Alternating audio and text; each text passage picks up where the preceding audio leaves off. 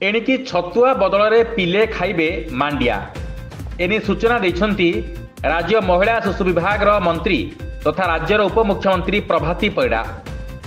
आगकू छतुआ बदल में आंचलिक भित्तिरे उपलब्ध मांडिया भली मिलेट जातीय खाद्य जोगाई देबाकू चिंता करुछंती राज्य सरकार।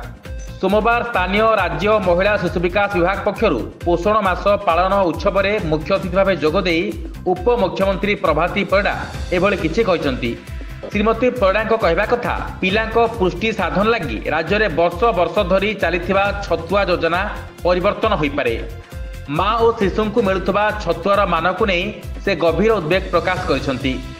आगकू राज्यर सबु जिले में शिशु और माँ मानू आंचलिकता भित्तिरे रुचिकर एवं पुष्टिकर खाद्य उपलब्ध करा जो भली कि मिलेट बा मांडिया बाजरा भली खाद्यशस्य जोगाई दिया पारिबो बोली मंत्री कहिसंती।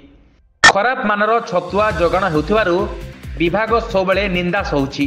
तेबे विधानसभा रे छतुआर मान को नहीं अनेक थर मध्य प्रश्न उठिछि। छतुआठू अधिक पुष्टिकर मिलेट पिलामानंकु जोगाई दियाजिबो।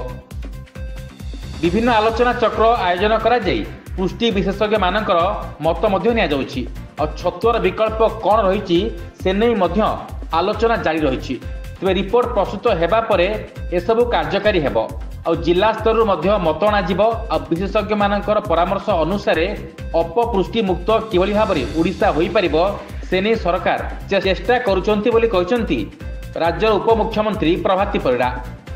Bureau report news alert 24x7।